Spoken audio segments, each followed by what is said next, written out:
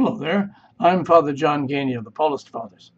Pope Francis has asked Catholics throughout the world to pray and fast on this coming Saturday.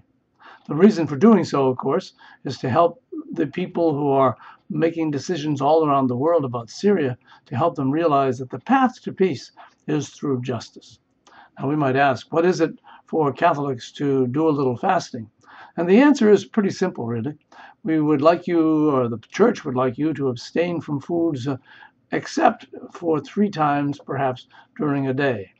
One time is a pretty reasonable meal. The second 2 are what we oftentimes refer to as collations.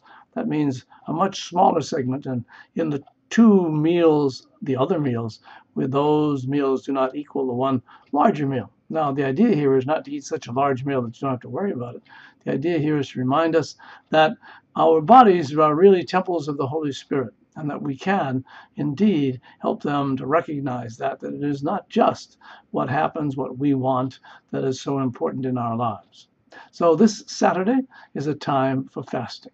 It's also a time that when we fast, we have to remember that we have to be able to fast. And by that I mean you might be a diabetic, for example, and it's not a good thing for your health to be fasting. Or you're past the age of 59 and fasting is a little difficult because you're growing older.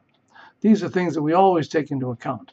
But the key to what the Pope is asking is that we do indeed fast and pray this Saturday. For the Catholic Information Center in Grand Rapids, Michigan, I'm Father John Geaney.